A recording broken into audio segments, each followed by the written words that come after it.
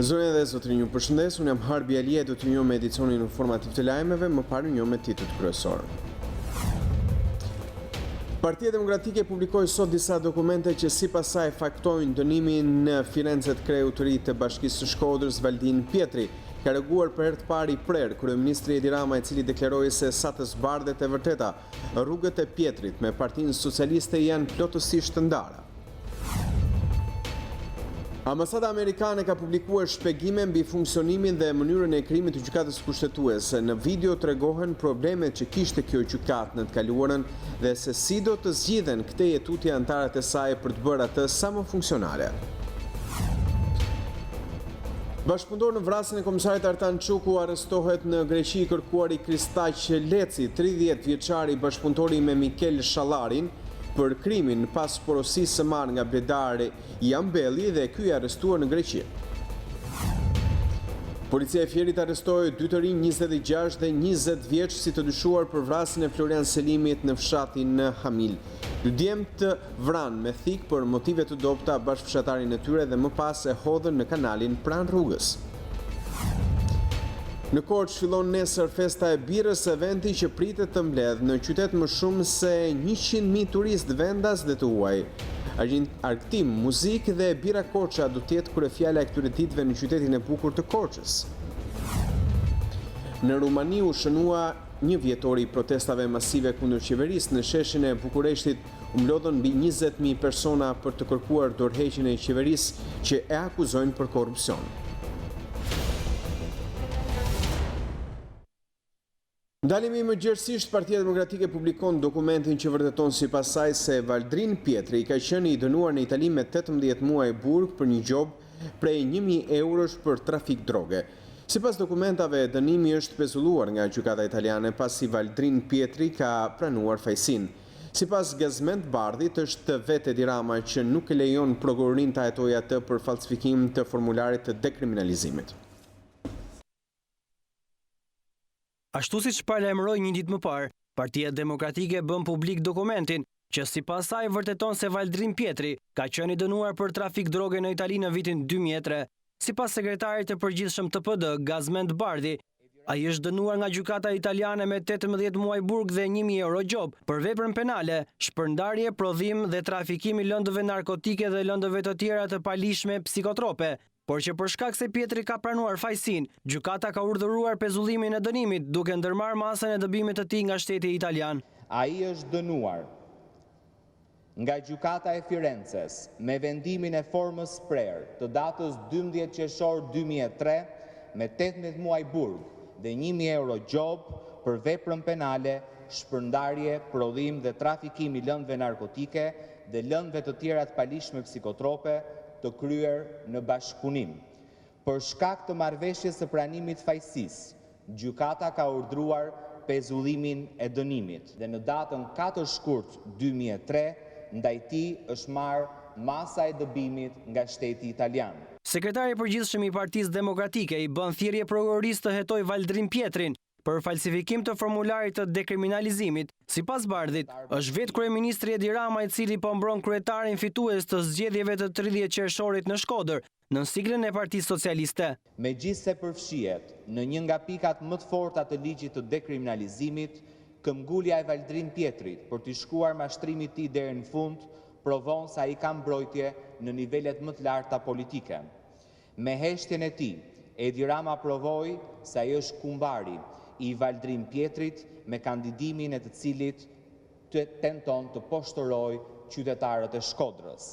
Partia Demokratike i kërkon organit të prokurorisë nisjen e menjëhershme të procedimit penal ndaj shtetasit Valdrin Luish Pietri për kryerje në mënyrë të përsëritur në të paktën 4 raste të krimit të falsifikimit të formularit të dekriminalizimit. Në deklaratat e tij, Valdrin Pietri ka mohuar publikisht të ketë qenë i arrestuar apo i dënuar nga drejtësia italiane. Dega e Partisë Demokratike në Shkodër ka reaguar në lidhje me dokumentat e publikuara nga Selia Blu që hedhin dritë mbi të kaluarën e Valdrin Pietrit në Itali.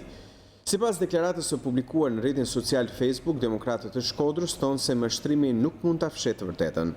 Në deklarata ata paralajmërojnë Valdrin Pietrin se Edi Rama nuk mund ta mbrojë dot pas përgjigjeve nga partnerët ndërkombëtar. PD Shkodrës i kujton Pietrit se qytetarët shkodran refuzojnë drejtimin nga një trafikant droge, ndaj shumë shpejt sipas tyre burgu do të jetë destinacioni i tij. Mbetemi tek njëjti argument, mi akuzat ndaj Pietrit ka reaguar për herë të parë i prerë kryeministri i vendit Edi Rama, i cili deklaroi se sa të zbardhet e vërteta rrugët e Pietrit me Partinë Socialiste janë plotësisht të ndara. Edhe për sekretarin e përgjithshëm të Partisë Socialiste Tauland Balla, askush nuk është mbi ligjin, ndërsa vetë Pietri ka deklaruar se e vërteta do të dalë nga zyrat e agjencive të zbatimit të ligjit.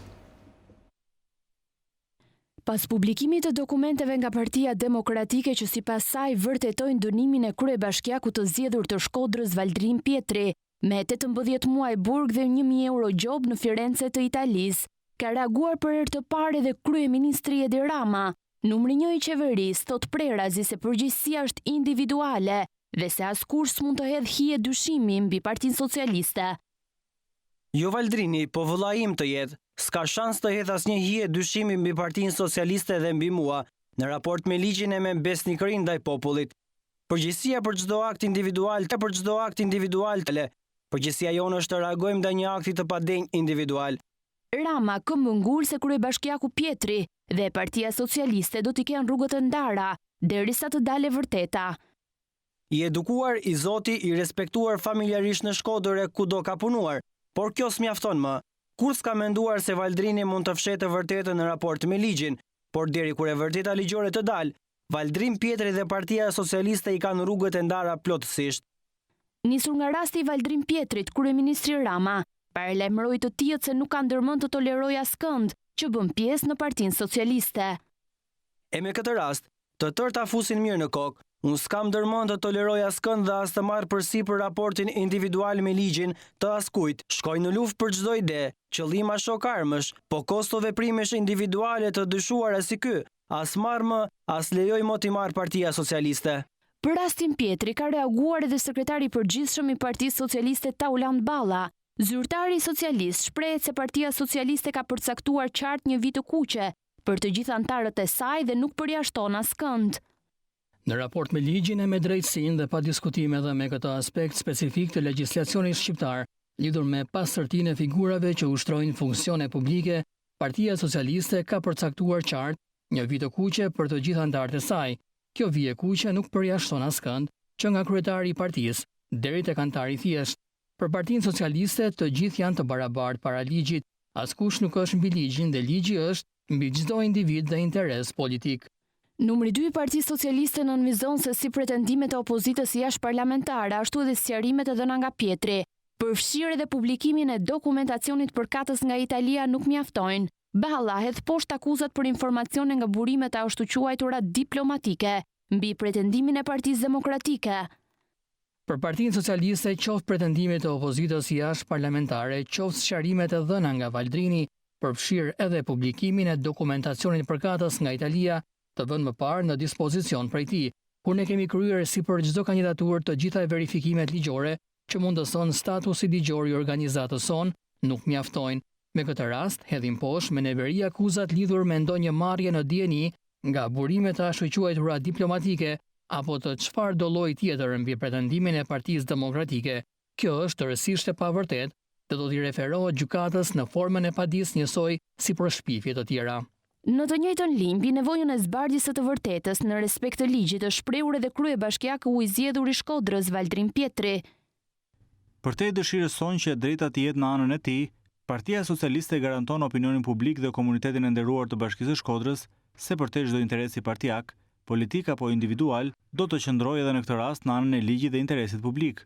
Unë të vërtetën time deklarova para kandidimit, si dhe para pak ditësh në dokumentat zyrtare. E vetme e vërtet është ajo që del nga zyrat e agjencive të zbatimit të ligjit dhe jo nga foltorët e PD-s. Pres me padurim vendimin e përfundimit të procesit të verifikimit të figurës nga ana e autoriteteve zyrtare shqiptare dhe italiane.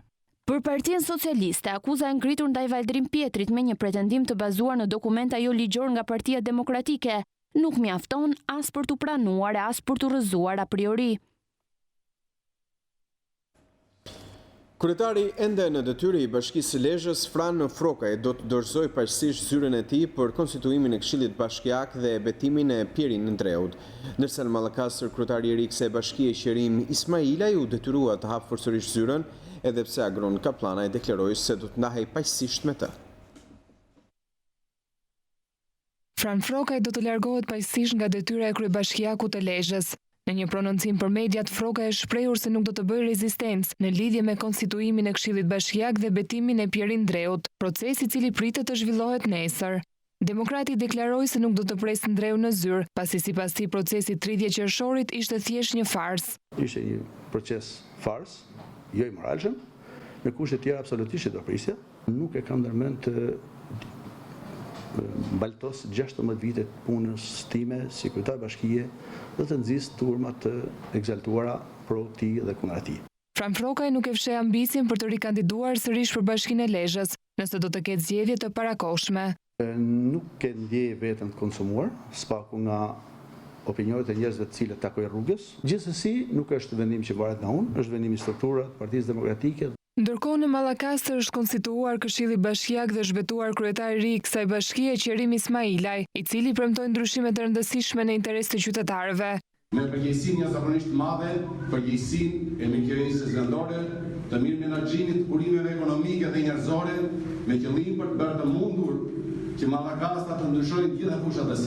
Ismailaj nuk u prit në zyrë nga ish-kryetari Agron Kaplanaj, i cili deklaroi se ishte një proces i jashtëligjshëm, me një kryetar bashkie të dalë nga votime dhe jo zgjedhje. Nuk kam asgjë me personin, i cili është emëruar nga kryeministri për kryetar bashkie. Ai është një mallakastriot, është miku im, ka qenë koleg dikur me mua sepse ka qenë drejtues i pushtetit vendor. Kjo është çështje politike, ky është një emërim politik që do t'i ketë ditët e shkurtra dhe shumë shpejt, pas pak muajsh, ne do të kemi zgjedhjen e vërtetë. Megjithëse deklaroi se do të ndahej paqësisht, Kaplanaj mbylli derën e zyrës duke detyruar kryetarin e ri dhe këshilltarët ta hapin atë forcërisht. Në vazhdën e shpjegimeve për publikun që ambasada amerikane i bën reformës në sistemin e drejtësisë dhe institucioneve të reja të saj, sot ka publikuar një video me animacion mbi funksionimin dhe mënyrën e krijimit të gjykatës kushtetuese. Në video shpjegohen problemet që kishte kjo gjykatë në të kaluarën dhe si do të zgjidhen këtë jetutje, anëtarët e saj për ta bërë sa më funksionale gjykatën. Çfarë është gjykata kushtetuese? Gjykata kushtetuese është gjykata më e lartë në Shqipëri, e cila vendos se çfarë do të thotë kushtetuta. Ajo mund të vendosë nëse një ligj përputhet me kushtetutën apo nëse e shkel atë. Ajo mund të vendosë edhe kundër presidentit, kryeministrit, si dhe agjensive qeveritare. Gjykata kushtetuese po ashtu garanton që autoritetet i respektojnë të drejtat tuaja kushtetuese. Qytetarët e zakonshëm mund t'i drejtojnë gjykatës për të siguruar zbatimin e këtyre të drejtave. Cili ishte problemi me gjykatën kushtetuese në sistemin e vjetër? Në të kaluarën parlamenti dhe presidenti duhet binin dakord për një kandidat që ky të bëhej gjyqtar i gjykatës kushtetuese. Por shpesh, presidenti dhe parlamenti nuk binin dot dakord për një gjyqtar, çka shkaktonte vende bosh për një kohë gjatë. Kur binin dakord, personi që përzgjedhin ishte pasojë e kompromisit mes politikanëve, por nuk ishin gjithnjët përqendruar tek kualifikimi i personit. Detyra e një gjyqtari i gjykatës kushtetuese kërkon persona të kualifikuar, të cilëve qytetarët mund të besojnë mbrojtjen e të drejtave të tyre, jo kompromise politike. Dhe këtu vim tek reforma në drejtësi. Gjykata kushtetuese ka 9 vende. Megjithatë, pasi gjyqtarët në detyrë u nënshtruan rivlerësimit, vetëm një prej tyre kaloi. Kjo do të thotë se janë 8 vende për të plotësuar. Si do të bëhet kjo? Pas reformës në drejtësi, kushtetuta përcakton standardet për të qenë gjyqtar i gjykatës kushtetuese. Këto standarde vihen në zbatim nga Këshilli i Emërimeve në drejtësi, i cili është një grup gjyqtarësh dhe prokurorësh me përvojë, të cilët kontrollojnë kualifikimet e kandidatit. Ky këshill rendit 3 kandidatët kryesor për çdo vend në gjykatë bazuar në kualifikimet e tyre. Me sistemin e ri, presidentit dhe parlamentit nuk ju duhet të bëjnë ujdi për të emëruar një gjyqtar të gjykatës kushtetuese. Tani kjo detyrë kalon me rotacion midis presidentit, parlamentit, gjykatës së lartë. Por këta mund të zgjedhin dikë vetëm nga ajo listë mes 3 gjyqtarëve të kualifikuar për këtë post. Kjo do të thotë se nuk do të ketë ngecje, por edhe që politikanët nuk do të mund të emërojnë thjesht atë që duan ata. Nëse presidenti, parlamenti apo gjykata e lartë nuk arrin të zgjedhin dikë, atëherë zgjedhet automatikisht kandidati i renditur më lart nga lista e Këshillit të Emërimeve në drejtësi. Ky sistem i ri siguron që gjyqtarët e zgjedhur të jenë të kualifikuar, ndihmon për të parandaluar bëshllëqet për një kohë gjatë si dhe nuk lejon që një person të ketë më tepër pushtet në procesin e përzgjedhjes. Së shpejti Këshilli i Emërimeve në Drejtësi do të jetë në gjendje t'i dërgojë listën presidentit, i cili ka radhën i pari të zgjedhë një gjyqtar të ri me këtë sistem. Presidenti do të ketë mundësi të zgjedhë cilindoj gjyqtar nga lista me 3 persona të kualifikuar dhe kështu mund të fillojë të rindërtojë gjykatën kushtetuese. Sapo ta bëjë këtë, vendet e tjera do të plotësohen nga parlamenti dhe nga gjykata e lartë. Kështu cikli do të përsëritet derisa të jenë plotësuar të gjitha vendet. Kjo është mënyra në të cilën Shqipëria së shpejti do të ketë një gjykatë kushtetuese me gjyqtarë që janë të kualifikuar, të pa-anshëm dhe apolitik.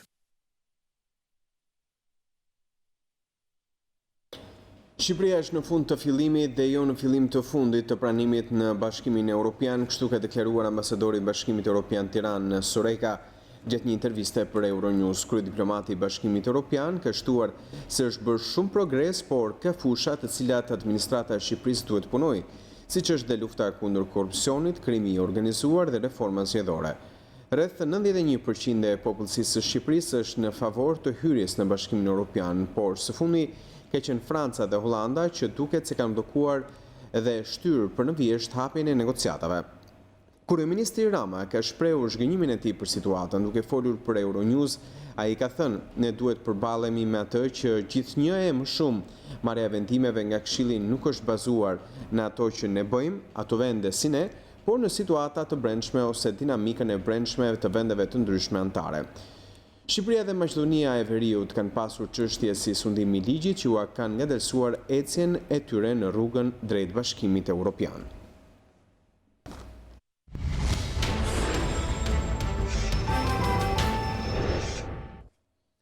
Lidhem me zërin Amerikës në këto momente është atje Ardita Dunellari. Ardita, të përshëndes, duhet të të pyes, administrata Trump ka njoftuar se politika të reja që vendosin kushte shtesë mbi atë që kërkojnë të marrin dokumentat amerikane. Përveç kufizimeve për ata që kanë marrë ndihma sociale nga shteti, a ka kushte apo kufizime të tjera?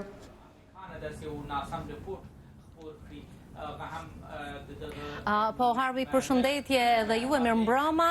Në fakt është e vërtetë që janë vendosur këto kushte, por desha të theksoj se në bazë të njoftimit që ka vënë vetë administrata amerikane online, kjo nuk është politikë e re, është në fakt thjesht një qartësim apo një specifikim zyrtar i një politike që ka qenë në ekzistencë prej një shekulli, kështu shprehet vetë administrata në njoftimin e saj. Pra, një politikë që lejonte mohimin e kërkesave për green card në bazë të kushteve ekonomike të aplikantit, tani futet në rregulloren bazë. Pra, nëse aplikanti ka kërkuar ndihmë dhe ka marrë kupona për ushqim, ka marrë kujdes shëndetësor falas, banesë falas ose me kosto të reduktuar, pra dhe forma të tjera asistence, kjo politike bën më të vështirë për të që të marrë green cardin, sidomos nëse vërtetohet se ky person ka marrë ndihma për 12 muaj brenda një periudhe 3 vjeçare. Pra, këtyre personave mund të kundërshtohet automatikisht aplikimi për leje qëndrimi këtu në Shtetet e Bashkuara ose siç njihet ndryshe green card. Kjo është një mënyrë për të mbyllur rrugën edhe atyre që jetojnë këtu në Shtetet e Bashkuara me punë në të zezë, pasi nëse nuk ke të ardhura nga ndihmat e shtetit, pra nuk merr asistencë, dhe nëse nuk ke punë të rregullt këtu në Shtetet e Bashkuara, si mund të vërtetosh që mund të përballosh jetesën? Pra, këto persona do ta kenë shumë të vështirë të marrin green card. Administrata thotë se aplikimet nuk do të miratohen nëse aplikanti nuk dëshmon se është në gjendje t'i dalë zot vetes. Rregulloria nuk prek ata që përfitojnë nga imigracioni familjar, sepse ata vinë këtu kur një i afërmit tyre tregon, i cili është shtetas amerikan, tregon se ai është në gjendje t'i strehojë dhe t'i mbaj, pra i merr përsipër. Por kritikët thonë se kjo politikë krijon një përzgjedhje mes këtij grupi aplikantësh për bashkim familjar. Për shembull, shumë familje emigrante që vinë nga Amerika Latine mbahen me punë në të zezë dhe nuk kanë të dokumentuara burime financiare për të dëshmuar se mund të përballojnë bashkimin familjar. Ata nuk do të jenë në gjendje të sjellin këtu të afërmit e tyre. Pra, këto kufizime do të rezultojnë në dëm të këtij grupi emigrantësh. Kritikët e kësaj politike thonë se administrata Trump po përpiqet të favorizojë imigracionin nga vende evropiane që janë më të pasura, nga ku njerëzit mund të vinë me llogari bankare, me kursime. Në këtë mënyrë, thonë kritikët, administrata aktuale amerikane do të mbyll dyert imigrantëve me ngjyrë apo nga vende të varfra të Afrikës, Azisë apo Amerikës Latine, por mund dëmtojnë edhe vende si Shqipëria ku pensioni apo kursimet që mund ketë një qytetar i thjesht nuk mjaftojnë për përballuar jetesën këtu në Shtetet e Bashkuara. Harbi? Kur përjashtohet nga këto rregullore, pra a ka aplikantë që mund të marrin green card megjithëse edhe mund të kenë përfituar nga ndihmat sociale, Ardita?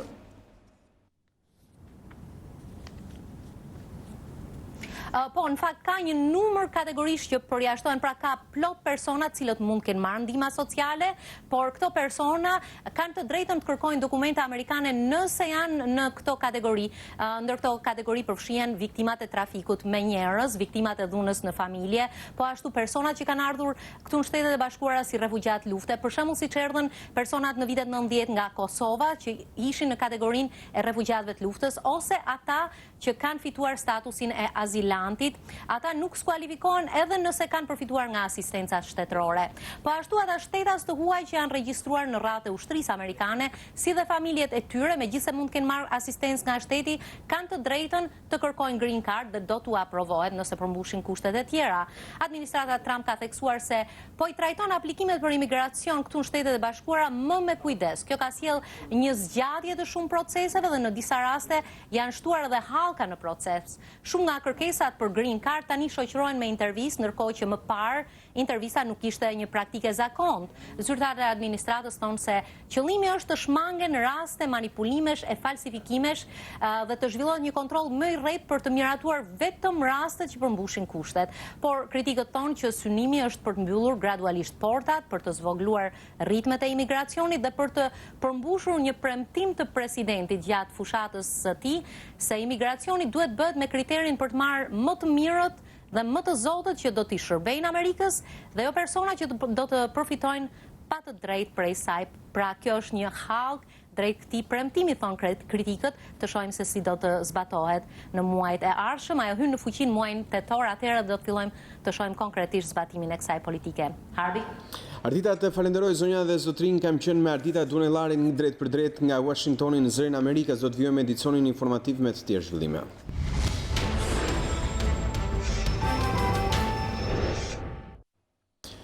Bashkëpunëtor në vrasjen e komisar Artan Çukut në vitin 2017 arrestohet në Greqi i kërkuari Kristaj Qeleci, 30 vjeçari i bashkëpunëtor me ekzekutimin Mikel Shallari pas porosisë së marrë, Bledar Jambelli, dhe ky arrestuar në Greqi për krimin. Autoritetet greke kanë arrestuar një shqiptar të akuzuar si bashkëpunëtor për vrasjen e ish komisarit Artan Çuku në prill të vitit 2017. Kristaj Qeleci, 30 vjeçari nga Shqipëria, u arrestua të hënën nga autoritetet greke në Athinë, pasi për të kishte një urdhër arresti ndërkombëtar. 30 vjeçari akuzohet se ka marrë pjesë në vrasjen e ish oficerit të policisë Artan Çuku, të kryer në 8 prill 2017 në Tiranë, me urdhër të Bledar Jambellit, i cili ishte arrestuar vite më parë nga viktima. Mësohet se Kristaj Qeleci fshihej prej disa kohësh në Greqi dhe aktualisht ndodhet në prokurorinë e apelit të Athinës. Me arrestimin e Lecit shkon në 3 numri personave të arrestuar për vrasjen e Artan Çukut. Mikel Shallari, ekzekutori i komisarit, po vuan dënimin në burg në Shqipëri, ndërsa në Greqi ndodhet i arrestuar porosit si vrasjes, Bledar Jambelli, i cili shkoi aty më njëherë pas krimit bashkë me Kristaj Qelecin. Policia e Fierit arrestoi 2 të rinj 26 dhe 20 vjeç si të dëshuar për vrasjen e Florian Selimit në fshatin Hamil. Djemtë vranë me thik për motive të dobta bashkëfshatarin e tyre 23 vjeçar dhe më pas e hodhën në kanalin pranë rrugës. Pa kaluar 48 orë pas vrasjes me thik të 23 vjeçarit në fshatin Hamil të Fierit, policia ka arrestuar 2 autorët e dyshuar të krimit të rënd. Në pranga kanë rënë shtetasit me iniciale SS 26 vjeç dhe KM 20 vjeç, të 2 banues në fshatin Sulaj të Fierit. Sipas policisë, 2 autorët në bashkëpunim me njëri tjetrin kanë vrarë me thik për motive të dobta 23 vjeçarin Florian Selimi. Vrasja ndodhi mbrëmjen e së dielës, ndërsa trupi i pajeti 23 vjeçarit u gjet nga policia mëngjesin e së hënës, i hedhur në një kanal pranë rrugës. 23 vjeçari ishte qelluar me thik në fyt, çka i ka sjellë vdekjen e menjëhershme, dhe më pas është hedhur nga autorët në kanalin pranë rrugës. Pranë viktimës rreth 20 metra në pjesën e rrugës u gjet automjeti me të cilin ai udhëtonte, tip Renault me targa AA 641EN, me gomë të hequr dhe kofano të hapur, çka dyshohet se automjeti kishte pësuar defekt. Materialet i kaluan prokurorisë pranë gjykatës së shkallës së parë në Fier për veprat penale, vrasje me dashje kryer në bashkëpunim dhe prodhimi dhe mbajtja pa leje e armëve të ftohta. Policia e Mirditës ka shoqëruar 10 persona të cilët janë marrë në pyetje në lidhje me vrasjen e 48 vjeçarit Armando Gjini një ditë më parë në qendër të qytetit të Rëshenit. Sipas burimeve për News24, policia po heton në 2 pista për vrasjen, atë të gjakmarrjes ku familja Gjini është përfshirë në të kaluarën, si dhe pistën e dytë të larjes së borxheve për shkak të kaluarës së Armando Gjinit. 10 persona janë shoqëruar në polici në lidhje me vrasjen e 48 vjeçarit Armando Gjini, një ditë më parë në qendër të Rëshenit. Të shoqëruarit janë pyetur nëse kanë dijeni për ngjarjen dhe më pas janë lënë të lirë. Armando Gjini, njohur edhe me emrin Tonin, u vra nga persona ende të pa identifikuar me zitën e së hënës. 48 vjeçari ishte në automjet me bashkëshorten e tij kur kjo e fundit doli nga makina për të hyrë në market. Autorët janë afruar duke qelluar Armando Gjinin për ta lënë atë të vdekur në vend. Rreth një orë pas vrasjes, te mbikalimi i Rëshenit u gjet duke u djegur një automjet me targa të vjedhura, i cili dyshohet se u përdor nga autorët. Brenda mjetit u gjet edhe një armë zjarri Kalashnikov, me të cilën mund të jetë qelluar 48 vjeçari. Sipas burimeve për News24, policia po heton në 2 pista për vrasjen, atë të gjakmarrjes ku familja Gjini është e përfshirë në të kaluarën dhe pistën e larjes së borxheve për shkak të së kaluarës së tij. Policia prej së hënës është vënë në ndjekje të autorëve dhe po punon për kapjen e tyre. Trafikon të armë luftarake dhe lëndë eksplozive në makinën e tij dhe është arrestuar në flagrancë në aksion rrugore Elbasan Peqin një 51 vjeçar nga Kosova.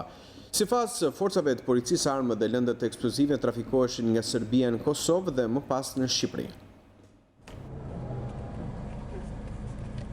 Policia e Elbasanit ka goditur një rast të trafikimit të armëve luftarake dhe lëndëve eksplozive. Bëhet fjalë për arrestimin e një 51 vjeçari nga Kosova, i cili trafikonte këto armë dhe lëndë eksplozive nga Serbia në Kosovë e më pas në Shqipëri.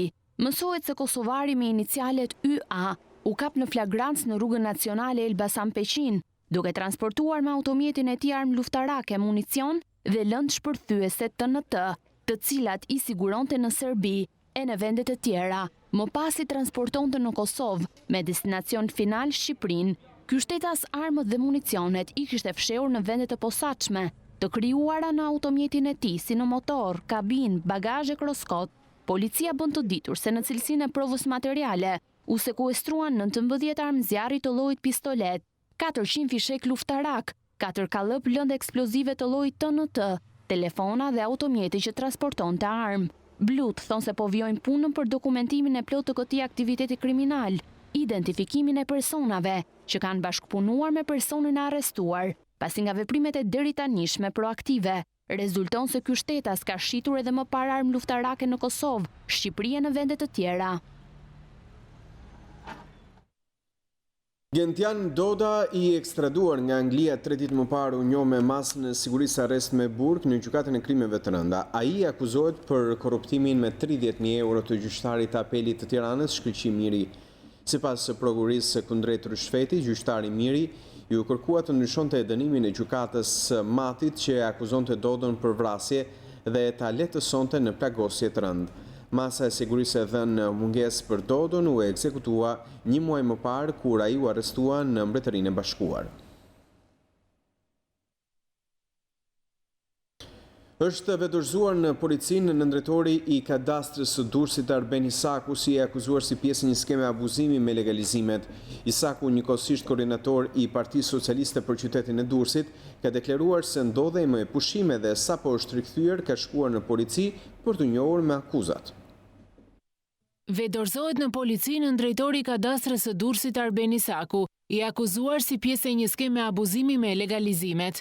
Burime për News24 bëjnë të ditur se Arben Isaku, njëkohësisht koordinatori i Partisë Socialiste për Durrësin, ka deklaruar se ndodhej me pushime dhe sapo është rikthyer ka shkuar në polici për të njohur me akuzat. Arben Isaku akuzohet për falsifikim të dokumenteve. News24 mëson se në polici është vetërzuar edhe ekonomisti i këtij institucioni, Redi K, 27 vjeç, ndërsa është shpallur në kërkim shtetasi me iniciale FR, 28 vjeç, me detyrë specialist pranë Agjencisë Shtetërore të Kadastrës në Durrës. Zyrtarët akuzohen se kanë pajisur me leje legalizimi duke falsifikuar dokumentat, 2 shtetas për një sipërfaqe 123 metra katror dhe truall 500 metra katror në zonën e plazhit. Personat në fjalë kanë pajisur me leje legalizimi duke falsifikuar dokumentet, shtetasit me iniciale GN 29 vjeç, banues në Durrës, dhe ES 39 vjeç, banues në Berat, të cilët janë shpallur në kërkim dhe po punohet për kapjen e tyre. 3 makina janë përfshirë në një aksident në zonën e njohur si pushimi i shoferit në Lushnjë. Nga aksidenti janë plagosur 2 persona, ndërsa 2 prej automjeteve kanë përfunduar në kanalin pranë rrugës. Në aksidentin e ndodhur në aksin rrugor Lushnjë-Fier, një prej makinave të përfshira në aksident u largua nga vendi i ngjarjes, ndërsa 2 të plagosurit u shoqëruan për në spital. Ende nuk janë të qarta rrethanat e këtij aksidenti.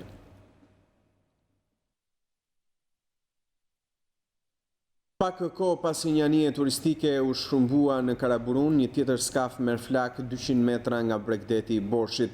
Meti lundrues ka marrë flak rreth orës 13:30 minuta si pasojë një shkëndije elektrike, ndërsa nga flakët që u përhapën me shpejtësi pasi skafi kishte përbërje plastike, nuk ka persona të lënduar. Ajo çka duket e pazakontë është tentativa për të çuar flakët në këtë skaf pasi një tjetër mjet lundrues sportiv motor ujë duket teksa bën lëvizje rrotulluese në det për të shtyrë ujin me presion drejt mjetit lundrues për të shuar flakët. Pushuesit të shumt në bregdet u bën spektator të kësaj skene të pazakontë, ndërsa policia deklaroi se mjeti është në pronësi të shtetasit me iniciale MV.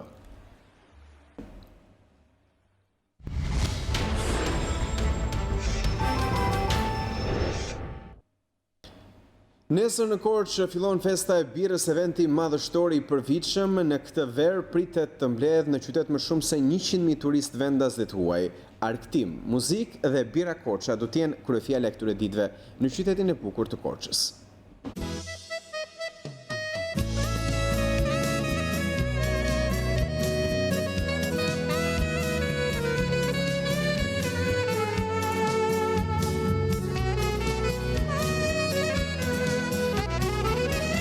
Ka ditë që në Korçë nuk mund të gjesh hotel apo bujtin për të qëndruar qoftë edhe një natë. Festa e birës që zhvillohet këtë javë e ka kthyer Korçën në destinacionin e verës për mira turistë.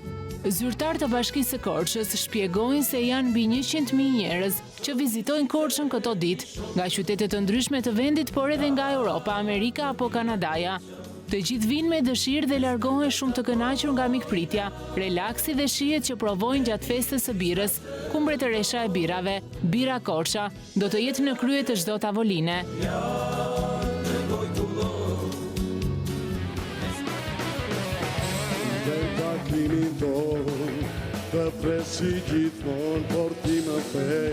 Në 5 ditë fest janë rezervuar shumë surpriza, 10 emra këngëtarësh, grupe roku, serenatist. Njerëzit do të ulen rreth tavolinave dhe do të njohin miq të rinj nga Shqipëria dhe bota, sepse Bira Korça të bën mik me gjithë botën.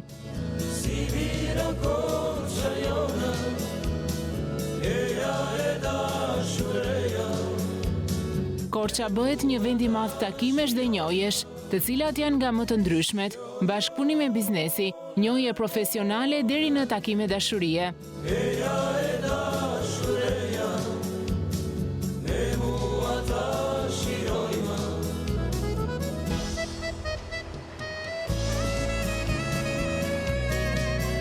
Bira Korça është një pasuri për qytetin e Korçës, por rritja e saj nisi në vitin 2005, kur fabrika u bë pjesë e Hysembelliu Group. Gjithçka i detyrohet për kushtimi të pronarit të saj Irfan Hysembelliu, i cili ka kërkuar gjithmonë teknologjinë më të fundit për prodhimin e saj. Lëndët e para të prodhimit të birës Korça janë bio, të certifikuara. Bira e prodhuar në saj të sistemit të detoksionit e bën atë të ndryshme nga birat e tjera. Vetëm kush e ka parë nga brenda fabrikën, makineri dhe teknologjinë, e kupton se përse Bira Korça ka një cilësi kaq të veçantë.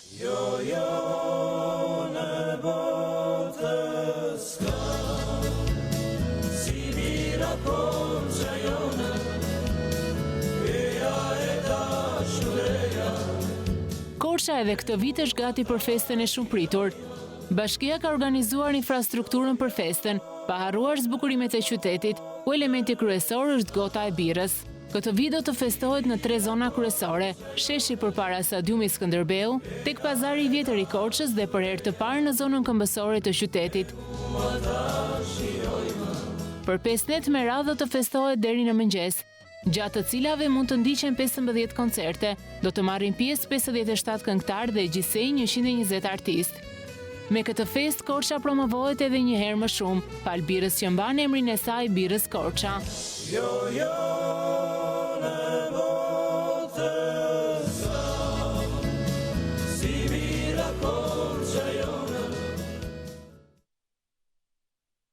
Muzeu Kombëtar i Arsimit është mbyllur përkohësisht deri në restaurimin e plotë të tij. Kjo për shkak të tërmeteve të fundit që prekën qarkun e Korçës kanë shkaktuar dëme në muret e godinës së muzeut. Sipas drejtorit të trashëgimisë në Korçë, Gjergji Kori, pritet të nisë restaurimi i godinës duke ruajtur elementet në muze.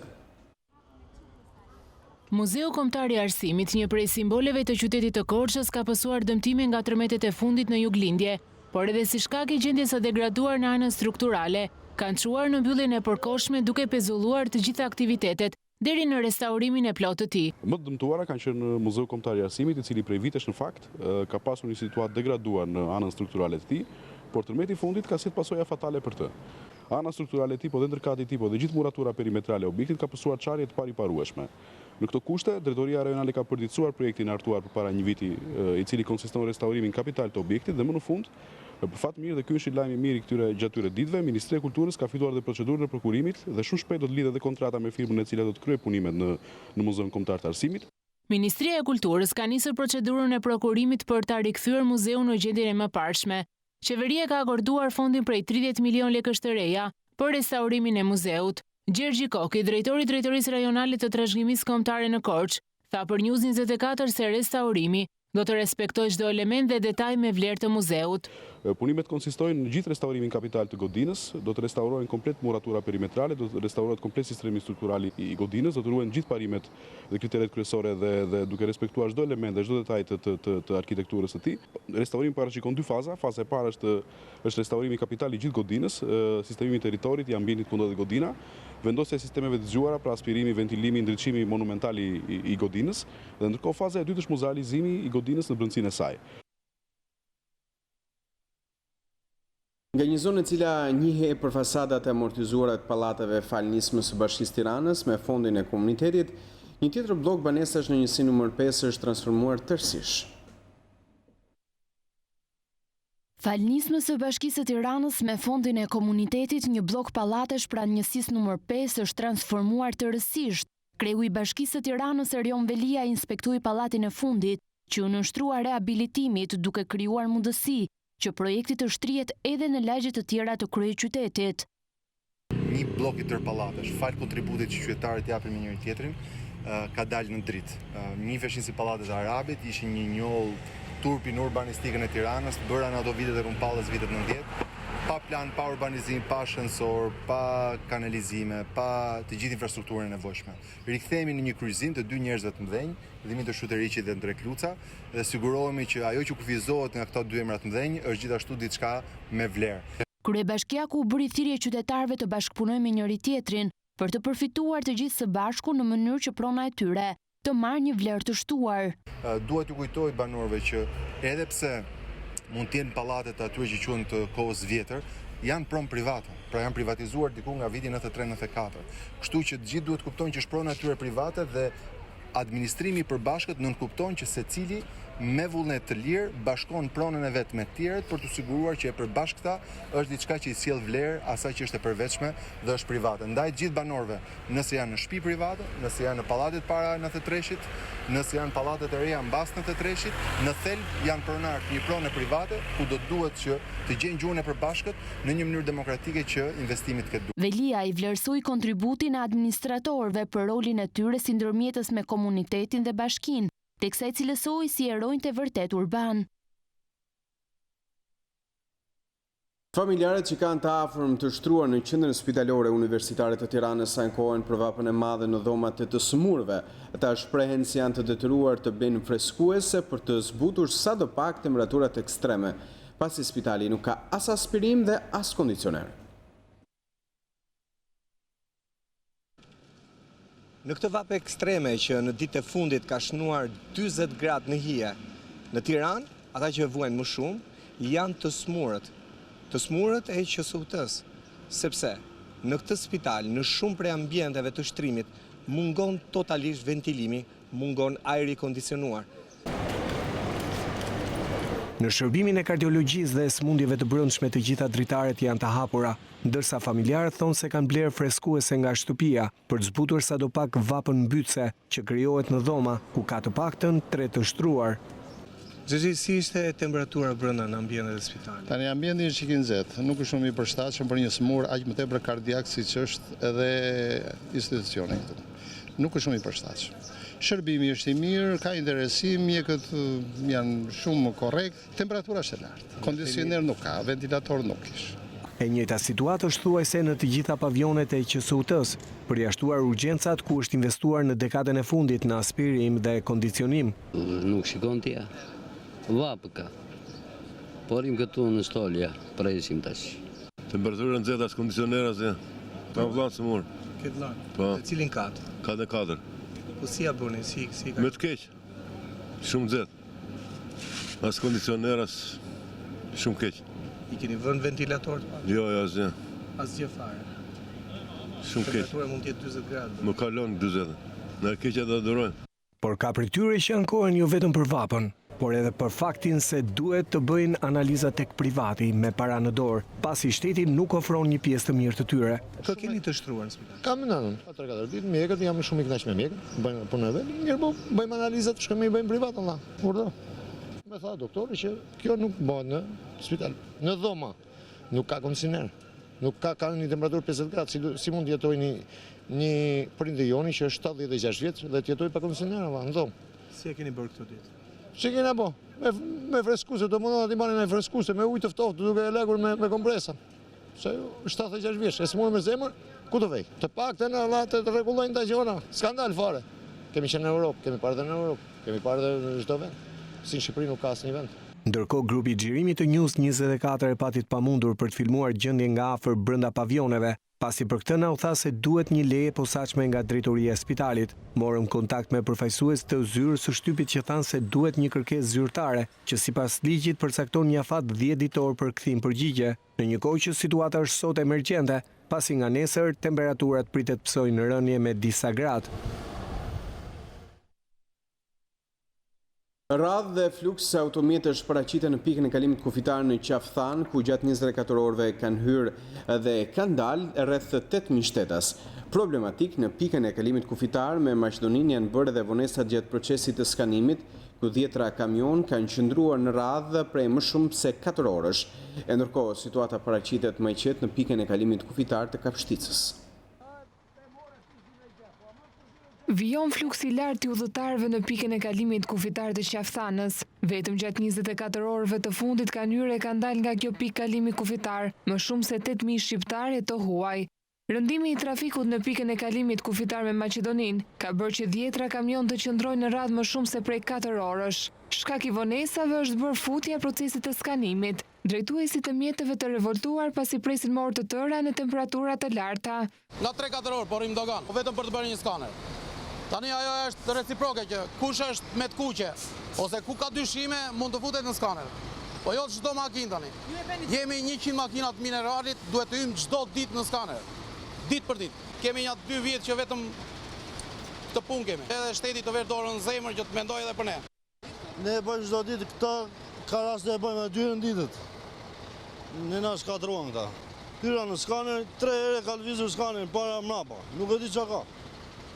Thotë që nuk punon.